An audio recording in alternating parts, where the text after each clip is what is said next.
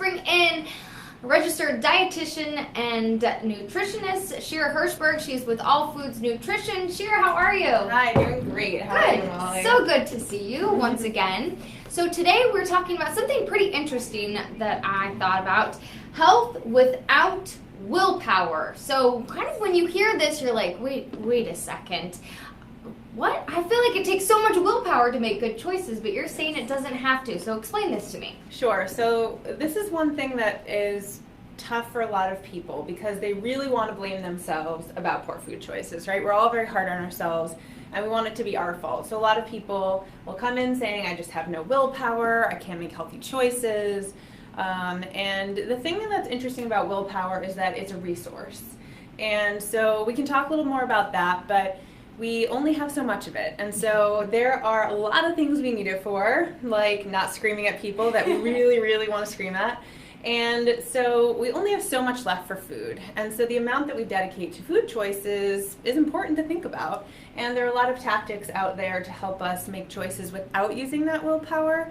And there's a researcher out of Cornell University called Brian Wansink. He's actually a food psychology researcher. And my personal research favorite. I've met him twice at conferences. Very exciting. He's a nerdy professor, as you'd expect. So we love him. But he does really cool work. And so he's written 2 books about this, and a lot of the things I'm going to talk about are from these 2 books. Okay. So the first is Mindless Eating, Why We Eat More Than We Think. And you brought in those 2 I brought them so you can show them. And if you're curious about them, then you can check them out from the library, go buy them, download them, whatever. Yeah. And then the more recent one is Slim by Design, Mindless Eating Solutions for Everyday Life. So I'll talk about a lot of the experiments that his research group has done during our conversation today that basically help you make healthy choices or choices that involve eating less. He kind of covers both without having to be like, I will do this and it will be hard. So that's the goal. Because we want things to be simple. We want to make good choices, but we don't want to have to drag ourselves through the ringer, right? Right, exactly. We shouldn't have to. We're good people. Obviously, there are a lot of choices we have to deal with in our everyday life, more every day.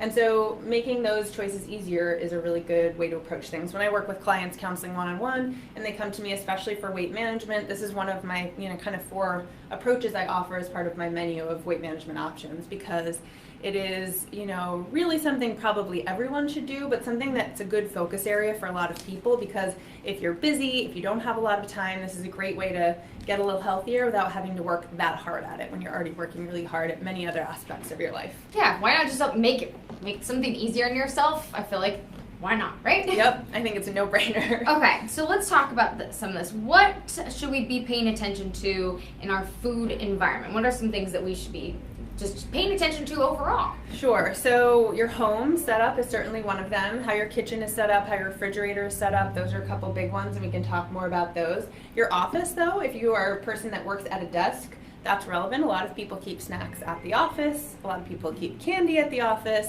And there's specifically some things to focus on around those to help you manage your eating a little bit better. And so home, office, there are also some more topics we're not going to get into as much, but especially in the Slim by Design book, there's some more, even bigger topics such as how to do buffets well. Oh. So certain restaurants, tips and tricks as well. So this really kind of expands through a lot of different areas of life, but today we're going to focus on home and office because that's where most people spend the majority of their time. Yeah, and it can be, I remember working in other places where I knew who had the candy at their desk, so it's like on those tough mornings to really get you through, it's like, all right, I'm going over to Mia's desk. Okay, I'm going over to Elaine's desk because she has the candy jar. So and there are ways to do that better so that you can provide that service to your colleagues if you feel like that's part of your duty. But there are also ways to do it in ways that you will eat more or you will eat less. So we can talk about that. And then also your eating, at home situation. So not just your kitchen, but also your table. Oh, and I think that's great. So you said through this that the size of dishes and even utensils can play a big part. And I mean, I guess I can think rationally, okay, the size of dishes can matter, but utensils? So let's talk about that. What can we find out about that and what should we do? Sure. So the interesting thing is a lot of times we decide on hunger and fullness based on visual cues, not hunger cues. So it takes us about 20 minutes to get hunger cues from our small intestine where they start. It's kind of a hormonal thing to get them to our brain. So if you are someone who eats in less than 20 minutes ever, which is most Americans, you do not have time to actually have your body tell you you're full. So while that's a good goal too, to eat more slowly, and we should all work towards that, a lot of times we decide if we're full based on the food in front of us and the visual in front of us. And that visual looks really different depending on the size of stuff it's in and how many bites it takes you to eat it and how quickly it goes away. So if you think about the size of plates and bowls, the bigger your bowl is, the more you will eat out of it.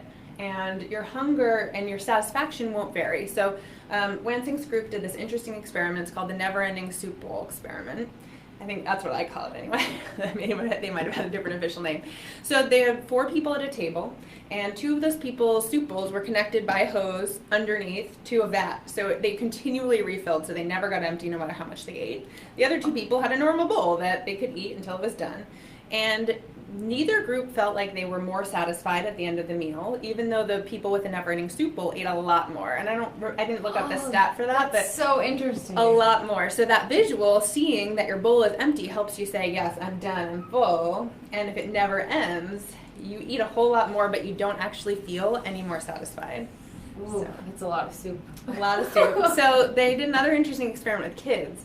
So I think, of course, childhood obesity is a growing concern in America. And what they did, there's a 4-H camp that this research group helped sponsor, and so they normally gave them cereal in a 12-ounce bowl. Okay. That's fairly small, but these are small children, so okay, that makes sense. Yeah. So they switched it out one time for 24-ounce bowls. Oh, double? Wow. Almost double. Yeah, exactly double, sorry. Math problems. Exactly double what they were getting before. And what they found is that the kids ate a lot more, so I've got the exact detail. 42% more than they did with their 12-ounce bowl. And that was the same across all sizes of kids. So skinniest kids did this, heaviest kids did this. Give them a bigger bowl, they will eat more. What was interesting is that they then asked the kids to bring in their bowl from home. Guess how big it was? About that? About that 20 ounces. Oh. So having smaller bowls, especially for your kids, really worth the investment. And a personal anecdote, I have a lot of size bowls in my house for different items. So I have specific bowls that I bought that are frozen yogurt bowls. Oh.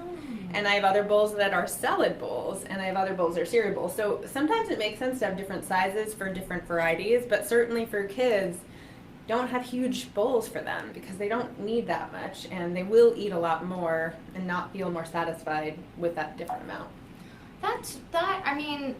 Do you think it comes from that place where, too, a lot of us are eat what's in there so it doesn't go to waste, and also I have to finish this. We kind of there was that mentality for a while, you have to sit and finish what you're eating, otherwise you can't go play. Or you don't get dessert, even worse, dessert. Right? Yeah, exactly. Not so much in breakfast terms, right. but in other meals, that's an issue. Yeah, and there is just something about that visual. So people, same thing with plates. So I've been talking a lot about bowls, and they did some experiments we can talk more about with nutrition professionals and ice cream. And that also involves scoops. So they looked at the size of the scoop they gave them. So if you're in a cook shop and you're looking for a different scoop, all these different sizes of ice cream scoop, pick a smaller one, because people tend to decide based on the number of scoops, not on the total amount of ice cream. I want 4 scoops. Yep, so smaller bowls, smaller plates. If you're drinking water, put it in a large glass, but anything else calorie containing, put it in a small glass. It'll look like more, you'll drink less, and you won't notice the difference. So having those smaller size things, salad plates are probably the appropriate size plate for most of us. Kind of traditional now American dinner plates are massive. Yeah. So looking for smaller plates, smaller bowls. Your grandmother's sizes were much better fit for what we actually need to eat. Okay, well, time to make those changes, everyone. And I will probably all feel better, too, because a lot of times, when you go out to eat or you're at friends, last time when we talked to you, it was about the barbecues. You go and you eat, you overeat, and then you feel terrible. So maybe something like this will help us feel better as well. And you can always get more food, right? Most of us have the opportunity for seconds. So this is not what you can eat. It's just what you want to start with. Why start big? Yeah, I like that. And then hopefully things won't go to waste. Talk to me a little bit about, because we talked just about dishes, but what about utensils? Are we looking at eating everything with an oyster fork now? I think that's the smallest thing I don't think of. you need to go that far. Okay. But most people's utensils come in 2 sizes, right? There's the bigger fork, the smaller fork, the bigger spoon, the smaller spoon. So yes, those have technical terms, right? One might be the soup spoon, blah, blah, blah. But just use the smaller one unless you're having a formal dinner setting, which most of us aren't on a regular weekday night. There's no reason you have to use the larger one. So I always pick the smaller one because if there's more in your spoon, there's more per bite, you will eat your food faster, you'll feel less satisfied, there's less, that's another thing to help slow you down so that you kind of get towards that 20 minutes of your body actually being able to tell you if you're full. Okay, all right, that makes sense. So what are some other changes that we can do while we're eating, whether it's breakfast, lunch, or dinner, so that we don't eat more than we want to? Yeah, so you want to talk a little bit about dinner? Yeah. Okay, Let's talk so dinner. when we're making dinner, there are multiple different ways to serve dinner, right? The major ways are either from a counter or the kitchen, or family style, which is on the table, all of the food. And so in this case, I really recommend not doing family style. It has a lovely name, but not a great effect on your waistline. So putting your food somewhere else, serving the plate, and bringing the plate to the table is really the way to do it, because then you have to think about it to go back for seconds. And it's, like I said, you can always go back, but you have to go somewhere else. You want to have to take those extra few steps. Those extra few steps help you think about, am I still hungry? Do I really want this? Or am I just eating it because it's looking at me and it looks beautiful? You know, we don't want to make those choices because they're easy. We want to make them purposefully because we actually want more food. So the only thing I say to put on the table is vegetables. Your salad, your veggies, things you want people to eat more of, those you put on the table. Everything else should really go in the kitchen or on the counter. And if the counter is right next to the table, the kitchen's probably a better choice. A little further is better in this scenario. So even should you even go as far as putting stuff back in the fridge? You can. You know, I don't think you have to go that far because then you change the quality, you know, the coldness or something if you're really extremely trying to manage maybe. But certainly the amount total that's available matters though. So let's say you want to make a ton of pasta so you have a bunch of leftovers for the week. You don't need to then put all that pasta in a giant serving bowl and make it available. Yeah, you should put some in the fridge if the intention is to have it later. Put some of it away in a Tupperware because people will eat more from a larger serving dish as well. Yeah. So smaller serving dish, people will take less food. Okay, that makes sense because then if it's out, likelihood you're going to eat it. Exactly. Let's talk a little bit about. Sorry, I actually have a stat to add to that. Oh yeah, let's add it. So people who serve from the counter or stove instead of the table eat 19% less total food. Oh wow. So it's a pretty major difference. Yeah, that is a big difference. Almost 20%. So get up and go get seconds. Yep. Rather than just be around Those it. few steps won't kill you. I want to talk a little bit about when you, can we talk about organizing your fridge? Yes, Like, absolutely. or kind of organizing your kitchen before you go. Because I think this is really interesting, just having that visual aspect of how we get to stuff. Right. So the first thing you want to do is make your kitchen less loungeable is the phrase that they use in Some by Design. I like that phrase. You don't want to hang out there. People who hang out in their kitchens eat more food. So yes, you want to make it conducive to cooking and comfortable for that, but not conducive to sitting around. Okay. So those like very comfortable bar back chairs with the padding, get them out of there. Put something reasonable that you would be willing and comfortable to sit and eat at, but that you won't just hang out in. And take that TV out of there too. There's really no reason to have a TV. Get some music, get moving when you're cooking, that's great, but don't have a reason to lounge there. Okay. So that's the first step. And the second step is then to think about how your cabinets and your refrigerator are organized. So what you want to see first is the healthiest choice. You should have to work a little harder for the things that are less healthy. So if you're a cereal person, let's say you really love, some sugar-coated cereal of your choice, but really you would rather eat the bran flakes. Put the bran flakes front and center, and then put the sugar-coated cereal behind. It's still there, you can get it, but it shouldn't be the first thing you see because you're more likely to get it. So they did a little study on this, and so you're 3 times more likely to eat the first foods that you see in the cupboard compared to the 5th one. Wow. So make that first food a good one. And also you want your healthier foods front and center and easy to access and see, and your less healthful foods further away. So reorganizing your cabinet by health instead of alphabetically or however else you do it, that would be very organized of you. But thinking about that, saying when I walk into my pantry or when I open my cupboard, the first thing I see I want to be healthy. And planning things that way. And your refrigerator works the same way. You open your fridge, depending on how it's set up, the thing at eye level, usually towards the top of the fridge, you want to be the healthy stuff, fruits and vegetables. That's what you'll eat more of. So down in the crisper, maybe they'll last a little longer, but the goal is not for them to never be used, the goal is for them to be eaten. So you want them to be up top, front and center. They look specifically at refrigerators, and they had people that, let's see, trying to find it. Okay. So folks ate 3 times as many fruits and vegetables Wow. after a week of having them on the top shelf instead of the crisper. So it'll make a difference in, take those crisper drawers, throw the stuff that you don't want to eat as often. If you've got, I don't know, sweets in there, pudding, or like fruited yogurt that you think of as a treat, put it down in the bottom. You can still get there. You know it's there. If you put treats in your fridge, you know they're there. You know it's there.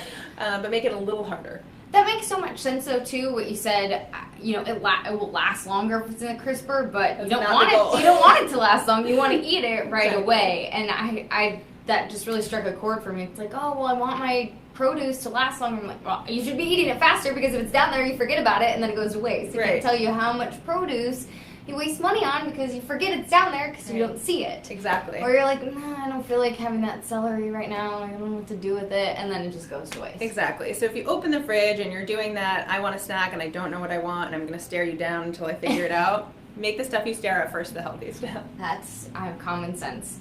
All right, well, Shira, thank you so much. I'll super appreciate this. Such good stuff. And both these books available.